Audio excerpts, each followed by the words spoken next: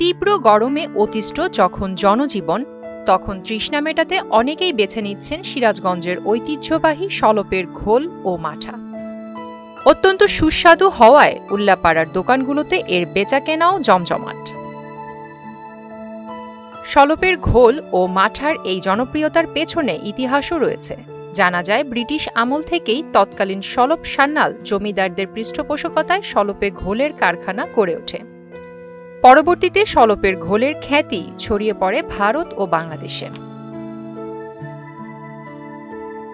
বর্তমানে সলপের ঘোলের চাহিদা এতটা বেশি যে আশেপাশের এলাকা থেকেও আসছেন মানুষ। ওয়ালটন ফ্রিজ কিনে অনেকের মতো আপনিও হয়ে যেতে পারেন মিলেনিয়াল। সেরা পণ্যের সেরা অফার। এখানে প্রতি কেজি ঘোল বিক্রি হচ্ছে ৮০ টাকা এবং মাঠা বিক্রি হচ্ছে ১০০ টাকা দরে। ঘোল ঘরে সংরক্ষণ করেও তৃষ্ণা মেটাচ্ছেন অনেকে। শতবর্ষের ঐতিহ্য বলা যেতে পারে। আর এখানে এসে আমরা শুধু নিজে না, বন্ধু বান্ধব সবাই আসছি, এসে খাইলাম এবং পরিবারের জন্য নিয়েও গেলাম। আর এই যে গরমের কারণে দেখা যাচ্ছে অনেকে পানীয় জাতীয় দ্রব্য খাচ্ছে, অনেকে কুসুলের রস খাচ্ছে, কেউ শরবত খাচ্ছে এবং অন্যান্য কোল্ড ড্রিঙ্কস খাচ্ছে। তার থেকে আমরা এই সলপের ঘোল খেতে আসছি। এটা অনেক সুস্বাদু এবং পুষ্টিকর। প্রচণ্ড গরমে সহ্য করতে না পেরে এখানে আসছি ঘোল খাওয়ার জন্য। ঘোল খেলাম এবং অনেক ভালো লাগলো।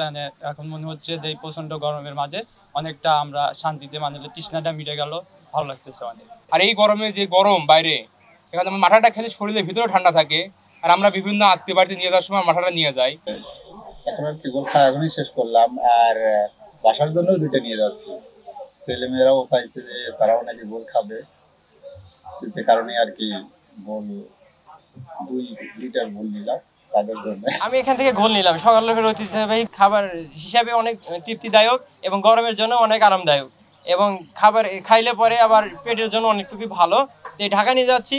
ঘোলের চাহিদা ও বিক্রি বেড়ে যাওয়ায় কারখানার কর্মীদেরও ব্যস্ততা বেড়েছে। সলপে এখন 7টি ঘোলের কারখানা রয়েছে। এখানে প্রতিদিন তৈরি করা হয় অন্তত 100 মণ ঘোল। কারখানার এই মালিক জানালেন কিভাবে তৈরি করা হয় ঐতিহ্যবাহী সলপের ঘোল।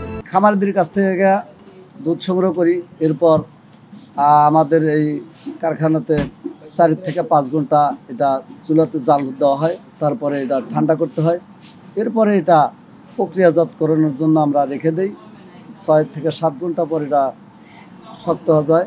এরপরে ওখানে আমরা ওইটা সর দিয়ে ঘি তৈরি করি, আর বাদ বাকি যে উপাদান থাকলো ওটা আমরা লবণ, চিনি, পানি এইগুলো ব্যবহার করি। করে এটা ব্লেন্ডার সিস্টেম করা আছে, ব্লেন্ডারের মাধ্যমে আমরা এটা ঘুটে এটাকে আমরা ঘোল অথবা মাঠাতে রূপান্তরিত করি।